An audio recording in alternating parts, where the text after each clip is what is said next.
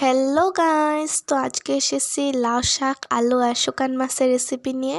তো প্রথমেই শাকগুলোকে কেটে নিছি, তারপর আলুগুলোকে কেটে নিলাম। এবার এগুলোকে ভালো করে ধুয়ে নিছি।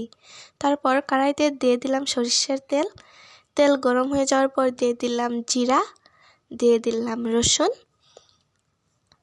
আর দিয়ে দিলাম পেঁয়াজ কুচি।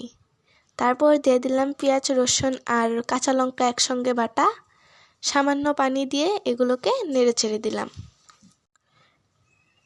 এইবার এর মধ্যে দিয়ে দিলাম নিমক, হলুদ গুঁড়ো আর জিরে গুঁড়ো।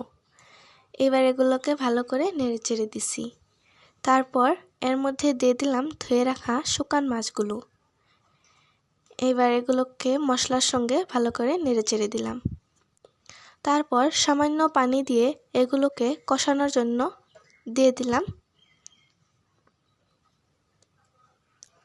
ঢাকনা দিয়ে ঢেকে দিলাম। অল্প সময় পর ঢাকনাটা খুলে এবার এর মধ্যে দিয়ে দিব ধুয়ে রাখা আলুগুলো। এগুলোকে ভালো করে নেড়ে চেড়ে দিব। তারপর দিয়ে দিলাম ধুয়ে রাখা লাউ শাকগুলো। এগুলোকে নেড়ে চেড়ে অল্প সময়ের জন্য ঢাকনা দিয়ে ঢেকে দিব। অল্প সময় পর ঢাকনাটা খুলে আরও একবার ভালো করে নেড়ে চেড়ে দিব। তারপর দিয়ে দিলাম পরিমাণ মতো পানি।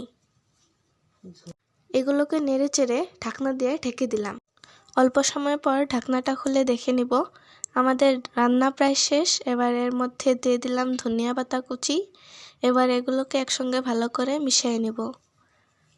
আমাদের রান্না হয়ে গেছে, এবার এটাকে নামাই নিলাম।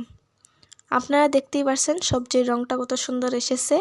আমাদের লাউ পাতা, আলু আর শুকান মাছের রেসিপি এখানেই শেষ। আপনারা আমাদের চ্যানেলকে সাবস্ক্রাইব করবেন এবং ভিডিওতে লাইক, কমেন্ট, শেয়ার করবেন। ধন্যবাদ।